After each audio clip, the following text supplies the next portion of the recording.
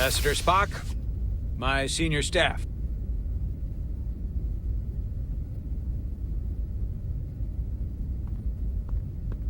It's not every day that a captain gets to welcome a Starfleet legend aboard. You flatter me, Captain Solano.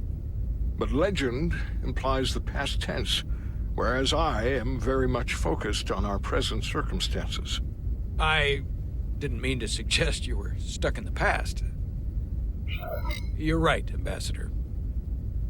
Not the most diplomatic choice of words. Your experience comes from the past. But our present situation calls for it. True enough. We were hoping you could fill us in on the details. We got the basics from Starfleet. Two formerly peaceful neighbors are now on the brink of war. Indeed, and the tension between them grows fiercer by the hour.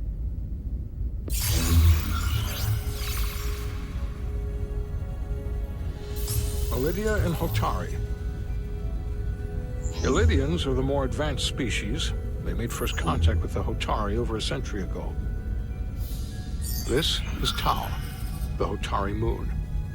It is rich in dilithium, and for decades, the Hotari and the Ilidians have shared a mining operation there. The Ilidians provide the technological resources, while the Hotari have served as the labor force. The stability of that arrangement was the source of their peace, until recently. The Hotari have suddenly and forcefully seized control of the mining operations and expelled the Ilidians from their system. That is the official story, as told by the Hotari when they requested Federation mediation. But the details remain scant.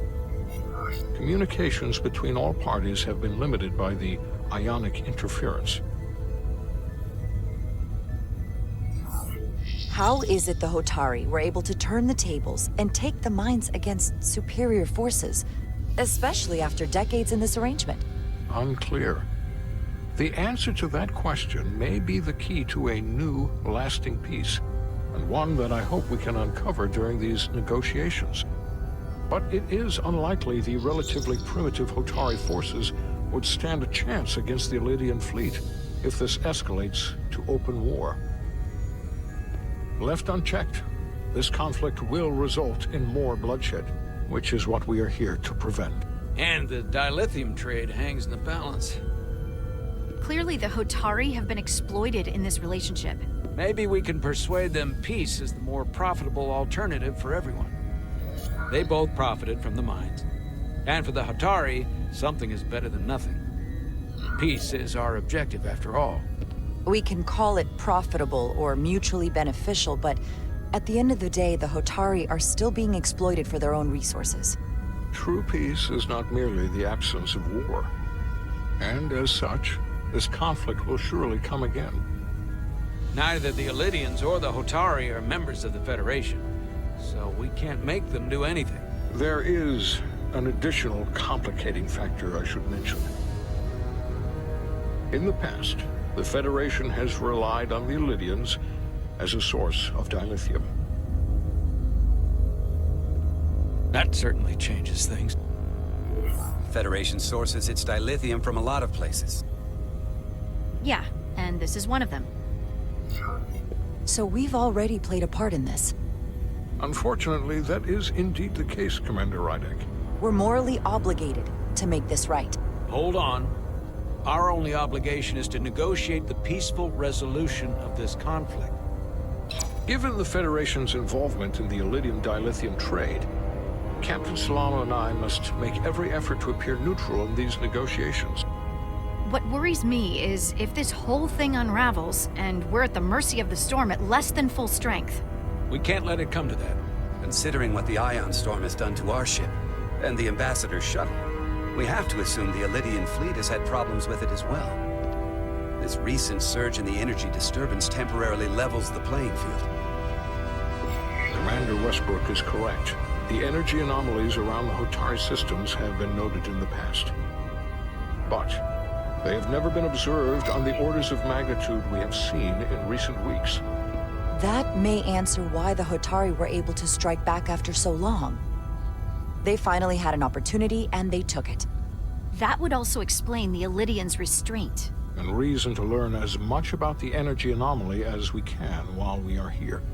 We do not want to be caught at a disadvantage of our own. So I trust we understand our circumstances. We're operating on a strict timetable here, and we're going to be leaving for the negotiations shortly. Commander Westbrook, I want you to leverage our systems to investigate the anomaly from here while we're gone. Aye, Captain. Thank you all. Dismissed. I want to speak to both of you privately.